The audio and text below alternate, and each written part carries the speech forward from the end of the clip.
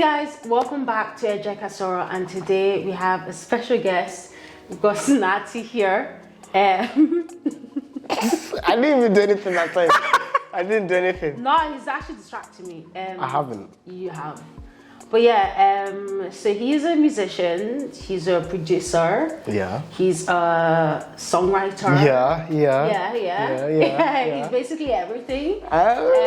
You are. I try. Try to be humble. He's been doing bits like for a while now. Actually, I've been seeing him here and there. You know, making moves. You know, I'll give you the stage to introduce yourself. Yeah. So, as you said, my name is Sinathi. I'm South African. Interesting. Well, not South African. I'm from Swaziland. But when I say to people like I'm from Swaziland, they're always like, "Where's that?" Yeah, I was gonna ask that. Yeah.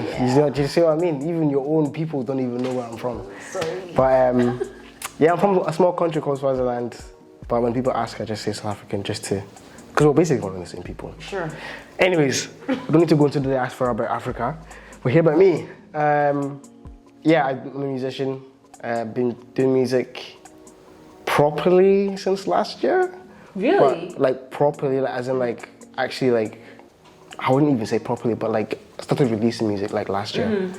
And then I've been a musician since I was 9. Damn. When I say musician, I mean I just played drums at 9. I wasn't like a crazy musician, but yeah, been doing music for a while. It's going, which is nice to see. But yeah, that's me. I've got a new EP just released 2 weeks ago. Yeah. 2 weeks tomorrow. Mm-hmm. And it's got good reception so far. But yeah, you should check it out. Volume 1 out now on all streaming platforms. And yeah. The one that you, one of my favorite ones was the one with Rebecca. Mm-hmm. That was nice. That was a short one. That was nice. Nice, but that was all Rebecca. That's basically just Rebecca's song. I just have my little verse in the middle. When you listen to it, it's just Rebecca. It's also cool how there's the way that it started and then the beat dropped. I was like, because it was actually Michaela that was she's like, oh my gosh, play again. She's like, reload it. Mm-hmm. And then we're listening to it. I was like, nah, that is good. You have an ear for these kind of things. Thank you. You can clearly see it from your work. And you said you've been a musician since you were 9? 9, yeah. 9 years old. And you were a drummer. Is that the only instrument you played? So I played drums at church. Mm-hmm. When I was 9, some uncle at my old church was like, "You should learn," and I was like, "All right." And then he used to teach me He only taught me for a couple months, and then he left. And I was like, "Right." Not really. I kind of just continued playing just for the fun of it, and then one of the worship members at the time saw me and he was like, "You should jump on team." And I played drums, and then I moved to my current church, and I didn't play for a while, and then started picking it up again because I fell in love with actual music. Because I realized I was actually kind of a musical person. Because I did music in high school, and I played drums and guitar for my I wanted to do keys, but they wouldn't let me do keys. Why? They said I couldn't do drums and keys at the same time. Which was But you can do drums and guitar. Yeah, I was like, so random. What makes a difference? But I was like, you know what? I've got a guitar in the house, put it to good use. So I started playing guitar. Didn't really like playing guitar, but I just played it just for the sake of it. And then I just kind of got somewhat decent at it. And I was like, you know what? It's not a bad instrument to learn. Mm-hmm. And then that kind of became my thing up until 2020, and then because I didn't do music in uni initially. What did you do in uni? Computer science. So you switched from computer science to music? Yeah. So you actually studied music? So I did a production course. So I just finished in August. So. So you left your course. How was that? Scary. Do you want to hear it? It's actually a testimony. I'm not even gonna lie to you. Let's hear it. So. 2018, obviously I finished. I tried to get my parents to convince me to do music. My mom was like, "You're not doing music," and I was like, "Well, can I at least apply for a course and see if I get in?" She's like, "You can apply, But even if you get in, you're not going. What's the point? So I was just like, you know what? Let's just see for bands. Let's see if I can get in. Obviously, I can't even remember if I got into the uni. It wasn't a course that I wanted to do. Anyways, it was just music related. I was just kind of like, you just apply to UCAS accounts. So I just sent off my thingies, and I got an unconditional offer to do web design. So I was like, cool. I liked computing, but it wasn't like, it was just because my parents were like, it's a good thing to do. And I was like, it beats doing like, nursing or dentistry or becoming on any of these other things. No shade, but like it was just not me. It was just not me. You said that out loud, that's embarrassing. You said that out loud. You said side-eye out loud. Yeah. You could have just side-eyed me. No, I'll say side-eye if I want. So you interrupt my testimony. Okay. This is a good moment right here. Continue. I'm preaching. Continue. No, but so I applied to the computing, and then the computing stuff, I think I was just not feeling it. If my mom sees this, she's gonna hate me, but I just wasn't feeling it, man. It was bad, man. Not that it was bad, I just wasn't enjoying it. And then I did it for the first year, and then I was contemplating going back, and then my mom was kind of just like, just go back and just finish the degree and then, do your music after. But I was kind of like, by the time I finish, I'll be 22. Imagine me starting my career now. It feels like you're wasting time. Like by the time I finish the course and started music now, I'd be so far behind where I am right now. But I did the first 2 years I did of uni were computer science, and then lockdown hit. And like in 2020, like I had so many assignments due. I didn't do a single one of them. It's bad. It sounds bad, but like I did most of them, but I was just like, I'm genuinely not enjoying this. And it wasn't like me being lazy type of thing. It was genuinely like I was like not feeling it. Like it was depressing me. Wow. And a lot of my friends at the time were like, Sinathi, why don't you just do music? Why are you doing computing? Like a lot of people kept telling me that. And I was just like, I'm not saying I'm not blaming my parents, because obviously they're looking out for me. So it's not like they were trying to stop me from doing what I wanted to do. It's just because I understand where they're coming from. But younger me was just like, they're just trying to stop me from doing whatever I want. But I think my mom could even see it, that I was just like, I was not happy. So then I remember during the time I was looking up like music degrees and like music courses and trying to see what I could do, because I know I could try and do it on my own, but for me to get to where I need to be, it would take me a lot longer to learn on my own. I know what the kind of person I am. Like I learn quicker when someone is showing me. Yeah. So I said, you know what, let me do a degree and see how that goes. And then I was on a prayer meeting online, like on a Zoom call at my church. Like my pastor was doing his prophecy kind of night, like he would like prophesy over people. And I remember that like normally when he does these nights in person, I'm always like, oh, I want to get a prophecy. I want to know what God is saying, and like, God needs to talk to me. Man. But I'm like, someone tell me what God is saying, man. I need to figure myself out. But this time I was just like, you know what? I'm just gonna go in there, I'm gonna worship, and I'm gonna just have a good time. And I'm not gonna try and like seek something. I'm not trying to gain anything. And at the time, I'd already looked at the uni that I was going to apply to. I already looked at the course, and it was like ideal. Like I was like, this is what I would love to do. Like genuinely, like it has all the criteria that I wanted to get, like the experience I wanted to get. But anyways, this time it's like August time, so it's like UCAS submissions have already been and gone. People already know if they're going uni or not. So my plan was to just work and then, figure myself out from there. But on the prayer meeting, I grab my little guitar, played along to the songs, and then pastor gets to like praying, and then he kind of gets to me, and in summary, that's what he said. He was like, you know what you have to do. Like God knows what you want to do, and He wants to get you to that point. And all you need to do is just trust Him. Like you shouldn't be worrying. Like God's got it, and like He's got your future planned out. So don't worry. But you know what you need to do. Essentially, that's what he said. That's not exactly what he said, but essentially. And then I was like, right, cool. The next day, sent in my submission. They emailed me back, was like, can you come in for like an interview and stuff. Did my interview, and then I was supposed to come in for an induction, but I missed my initial induction, all because I didn't check my emails. So I missed my initial induction. Them ones. I missed my initial induction. So then I emailed them, and they were like, oh, just need to know that you've got the right qualifications, like high school qualifications for the thing. Luckily, I'm not an idiot. So I sent in my qualifications, and they said, like if you do get in, you might have to wait till January because obviously the September intakes have already kind of been there already. And I was like, you know what, that's fine. I'll just work until then.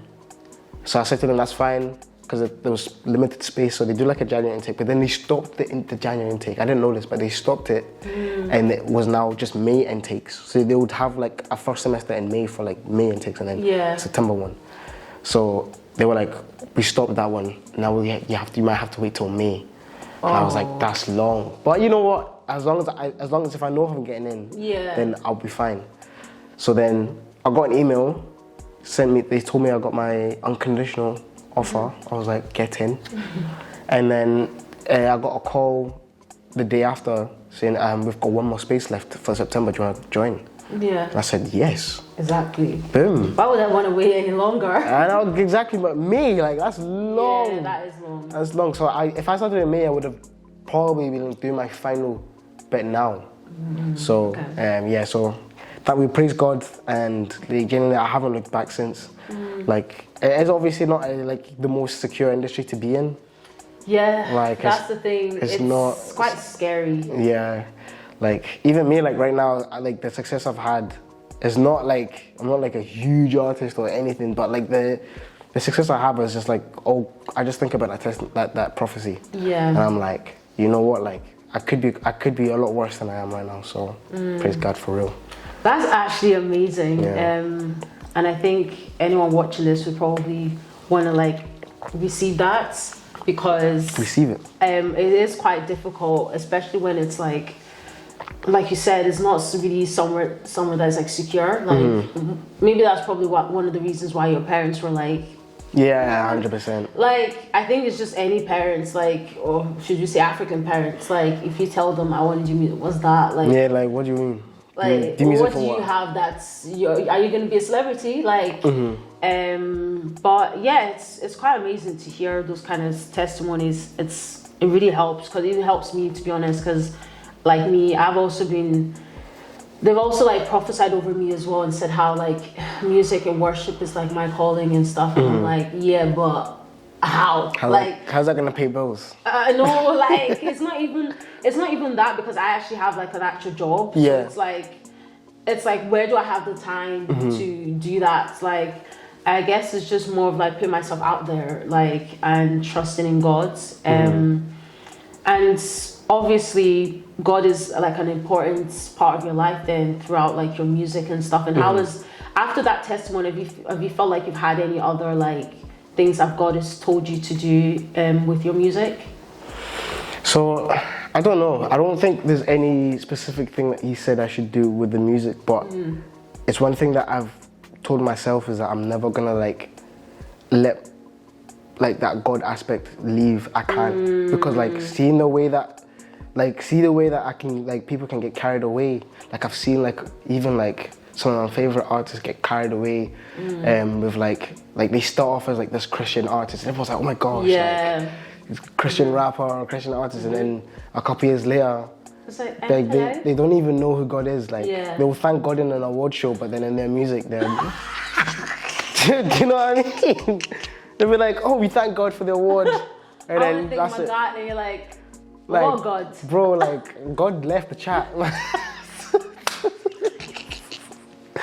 God left the chat. Nah, it's actually but you know what I mean? So though. I feel like for me personally, it's a matter of like not all my, and I think people might see like what do you mean, Sinathi? Because not all my music reflects that I'm like a Christian. But I think what I like, the values that I stand by is that like the kind of lifestyle I live reflects in my music. So like the stuff I talk about more time is like my relationships, like status.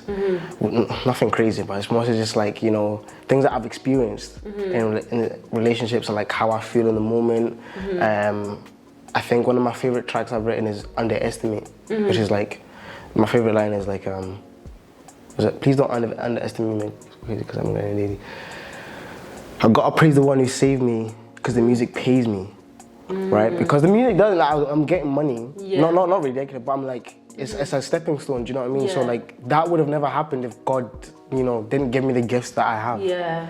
And there's another line where I say, I feel like I'm blessed and highly favored. God praise the one above. I'm feeling like his favorite. Because I'm like, in that moment, I was like, yeah.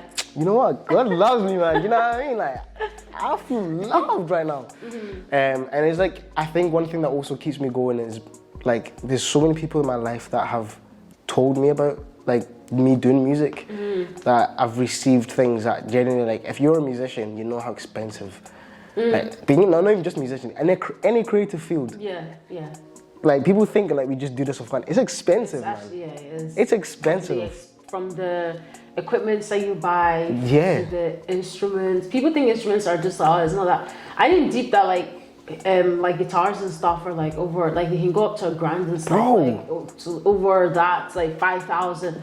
I was like, for what? Like, People are like, sounds exactly the same. yeah, but no, it's not. It actually it's has not. a different sound to it. Yeah. Even like the equipments I use for like filming and stuff. I was about to say. We can call. If I said the money I spent on like the things I use, even like my music stuff as well. Like there's so many things that I spent money on. To be honest, just chilling in the house. But like I call it an investment.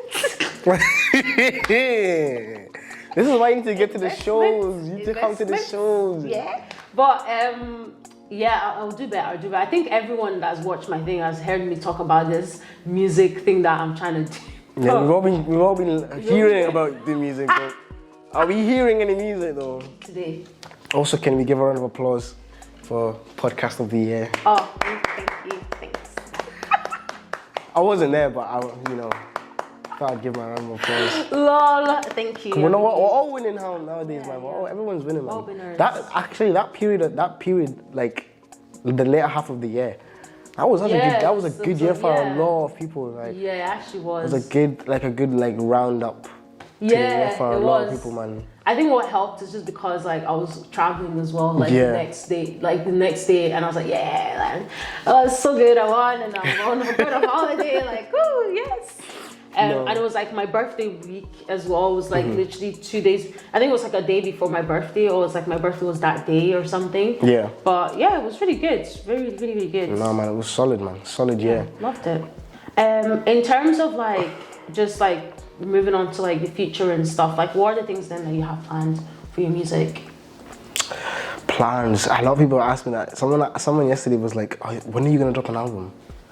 I think it's too soon for an album. Yeah, like you just like I wouldn't ask you that because you literally just brought something out. Yeah. Like you can't expect somebody's like let it marinate a little bit. Yeah, man, that's what I was trying. This guy was not understanding me. Like, and bless him, man, he's a nice guy, but he was just like, no, we need more music. And I was like, bro, have you told your friends to listen to my music? And have you told your friends' friends to listen to my music? Until then, don't ask for no album. Lol. But in terms of future, I've got a lot of stuff that I made even last year that's like just been sitting on my laptop. So it's just a matter of deciding whether, again, like, because there's some songs that I'm like, I wanna like, this year I wanna really show my godly side and like push the fact that, like I believe in God. Like I don't want people to start thinking, oh, he's just another R&B artist. Like, yeah. I'm not saying that sets me apart from anyone else. It's just like, it's a thing that I need to give back for what I've received. So this year I plan, don't quote me, because it's just plans. Yeah, I'm quoting you, mate. But I want to release like a gospel project. Cool, guys. He just said it. He just said it here that he will be. You're gonna edit that bit out. Until I actually do it, you can put it back in the footage. But the plan is. So I've actually got a song done with Rebecca, and actually, I have a song done with Rebecca. I have a song with Jeremy. I can't lie to you. The day that song comes out, that man is a beautiful man. Jeremy is insane. Like, I actually love him. I asked him for a verse, like deeper. I wish I could show you the video. I'll show you the video after this, right? I asked him for a verse. So I sent him the file. I was like, just like put a verse in, because I couldn't think of anything at the time. And like, this guy sent me. So like, you know how like when you record music, you see your tracks. Yeah. So I had like, in total, including instruments and all my background vocals and my main vocals, I had like 40 tracks, maybe like 30. This guy brought that total to 130. Uh-huh. From 42. Bro, and deeper, it was a verse I asked. See, when I say this guy stacked hard, he was a solo choir. Jeremy, all my days, like to this day, when that song, surprised. and the thing is like, I was so close to just dropping that song willy-nilly, but I was like, nah, this one, I can't just drop it and just leave it. I need like people to listen to this one. So I'm trying to get people to like come and actually listen, because that song is like, it's one of the ones where it's like, this is kind of how I want people to see me as like a believer. Because the song is called Deserve It. And it's like, I wrote it in a time where I knew my faith was not strong, like I wasn't walking with God the way I wanted to be. I'm still working on it as we grow, you know, Christians aren't perfect people. True. But I was like, at that time I was like, yeah, I can't lie, like me. I had a reflection, I was like, me and God right now. I know God loves me still, but I'm just like, I know that I'm not a deserving child. And it's like, I wrote it in a way where you can apply it to any kind of like life situation. So like, maybe you lost a loved one, or you know, you've lost someone in your life that you want to get back. And I wrote it, for me, is I'm talking to God, but for everyone who's listening, they can apply it to whatever, because I don't want it to just be Christians listening to my music. Yeah, exactly. You don't have to be a Christian to listen to me, but True. so yeah, like I wrote it in that aspect, and I was like, if this can help someone kind of like see, maybe they can like rekindle a relationship, or you know, come back to God, or come back to whatever they want to come back to. It's like, it's okay. Yeah. But it's a powerful song, and I think with time, like it's already done. It's just a matter of actually like filling out the rest of the project. So I mean, I've got stuff coming for the year, man. I've got like a bunch of stuff. I've got another project that I'm thinking of, probably in the same realm as the EP I just dropped, like some couple tracks for summer, and then. So then, year, like you mentioned that like you don't stand out, but I feel like as children of God, you do stand out regardless of what industry you're in, what job, what role you're in. I think you always stand out. So in terms, even with your music, I feel like I think you definitely do stand out. So what would you say that makes you different or special in the music industry? I feel like, well, in Glasgow anyway, there's not a lot of R&B. Yeah. Well, not even just Glasgow, Scotland in general. Yeah, I don't know it. That's why I said that day that I don't know anyone. I don't know anyone who produces. I don't know anyone like. Just like, I'm right here, hello. I don't know anyone. I don't know anybody. Nobody's around, man. No, but I think what makes me stand out is again, like there's not a lot of R&B, and I feel like everyone and their mom is trying to be a driller, like, and I mean that's fine if that's what you like, that's what you like, but it's not me, and I'm not gonna pretend like I could like make drill beats and like start doing drill, but it's not. I feel like people would just see through me if I tried to do drill. Like I've never lived that lifestyle. I've never been that. I've been a church boy for my whole life. No, it would actually be weird. It'd be so weird. Like imagine me like what's happening here? Just sitting there like this, like, nah, what am I doing?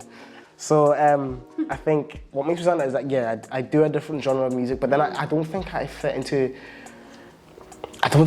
R&B as much, like as such, because it's like I don't know what kind of genre I do, because I've done a bunch of different styles, so I would say I'm still trying to find my sound. Yeah. But I do like R&B, so like a lot of my stuff is heavily influenced by gospel R&B. Yeah, I don't know, but a lot of people say to me, like, I remember what, this guy called Faramani, he messaged me and he was like, bro, you just don't even like what I like about you don't make music like everyone else makes music. You make your own music, like you genuinely just don't have your own. You have your own lane, like you just go in your own bit. You can't really compare. Like, you really can't. Like, there really isn't anyone doing what you're doing, like that I know of. Like, and maybe there are, and I don't know. I don't know about it, but from the circle that I'm in, I don't know anyone doing what you're doing, and it's actually good music that I actually listen to. I feel like there've just been a lot of artists like in Scotland that's just been making music that's kind of low-key stopped me from listening to like celebrities. Like even when I was just listening to Jeremy's song like this morning when I was getting ready. Which one? My Darling. I love it. It's such a good song, isn't it? I actually love it. Like, It's such a good. I am actually going to learn it. Like, I'm gonna do a cover of that song because that's how obsessed I am. Like, I was playing it. Can you believe this guy? This guy refuses to perform live. Why? Jeremy, if you see this episode, just remember, I said this to him. I said, Jeremy, like, I don't know. He's like, oh guys, I'm just a recording artist. He's like you. He doesn't want to perform. Unless it's structured, like for some reason, like you can't just. It's just hard. It's like, not hard, guys. It's very like it's so like it just. I feel like you think too much about it. You kind I am an overthinker though. Like I am overthinker. You need to get there because I remember see at the Summer Awards, I kind of forced Jeremy to perform, and it wasn't even like in the main bit. It was just like we were like in the bar, and then the guy was like, "Oh, if anyone plays, you can just jump up and play." And I was like, "I'm gonna use this opportunity to get Jeremy up on stage because Jeremy's got a fantastic voice. Yeah, he does. Like his voice is insane, but he just doesn't want to perform. He just wants to record music, and then on top of that, he records music and then just leaves it. Yeah, I heard that one. Tema was like, yeah, he's just chilling with this. It's like he's hoarding it. Like he genuinely does. Like I'm just like Jeremy. Like see Rain on the EP. Yeah. We recorded that in 2021. I actually had. He recorded the original version in 2021, right? And then last year, found out the beat that he used. Drake used the sample, so he wasn't like, he didn't want to like, I feel like if you're not a big artist, you can kind of just get away with like. But I think it's just more of like you don't want a situation if it does get big and then it feels like. Yeah, I think that's the other. I get that, but I'm also just like, if you get big and you don't get big with that song, fairs. But you don't want a situation where it's like. I'll just be like, listen, guys, I never made any money from that music. If it makes money now, you can keep it. I think I'm like Jeremy then in that case. I can't like. No, but I understand it though. I understand it. But anyway, so we recorded that in the studio. A year later, he found out, oh yeah, I can't use it because Drake used it, and we were like, cool. So I said, I'll just make you a new beat. We were in the studio. I was messing around with the guitar. He liked what I was playing. And I said, oh, cool. And I recorded that song. And it had the original version had drums on it, but my like I was still learning. So my dumb self sent it to him, not knowing that he didn't have all the plugins I have. Basically, he didn't have all the software that he needed to be able to listen to the drums. He just had the guitars and the saxophone. So I said, okay, cool. And then he just released it that way. But we recorded that like it's actually been a year since that song was recorded. Wow. And I remember that day. I said, Jeremy, come to the studio right now. When I made the beat, I said, come to the studio immediately. And he came, we recorded like the main parts, and then he took it home and finished off. But yeah, man, Jeremy's got an amazing voice, but he just needs to. He's doing bits. He needs to release. Yeah, he does. Like all I know is that he has stuff that he's hiding from us, and he doesn't want to. It's actually selfish. Very selfish. Like, and what's God telling you? Also, remember, it's not your gift, it's God's gift. Yeah. The parable of the gifts, 5, 10, and... Jeremy's going to be like, what is going on here? Why are you talking about me? It's actually my interview, I was talking about him. What are 3 things then that you want people to do to support you this year? This year, listen to my music.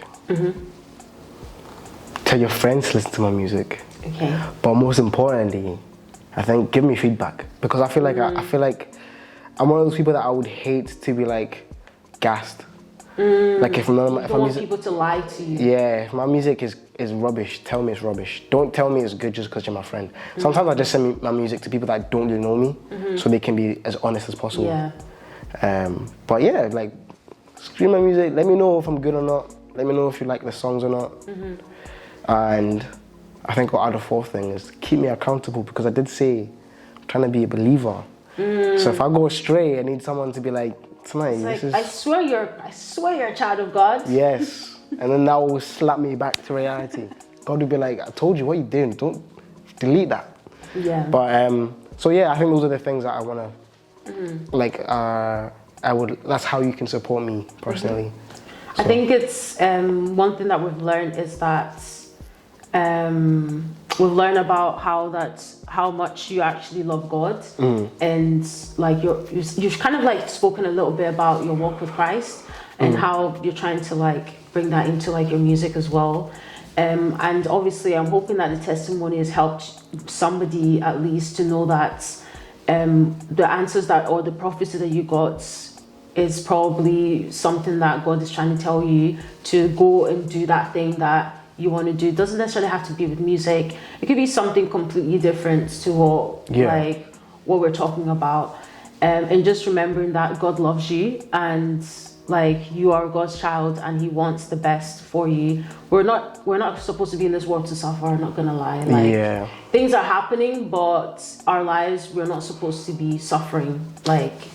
But yeah, I hope you guys enjoyed this episode and we will see you next time. See you soon. Bye. Hey guys, welcome back. Why did you do this? I didn't do anything. Whew, okay. I don't do your intro or anything, man. But because you mate. What did I do? You know what you did, mate. I don't do anything. You're the one that's going kiki, you should be doing anything. See? You would have been done by now. And today... You laughed halfway through that sentence.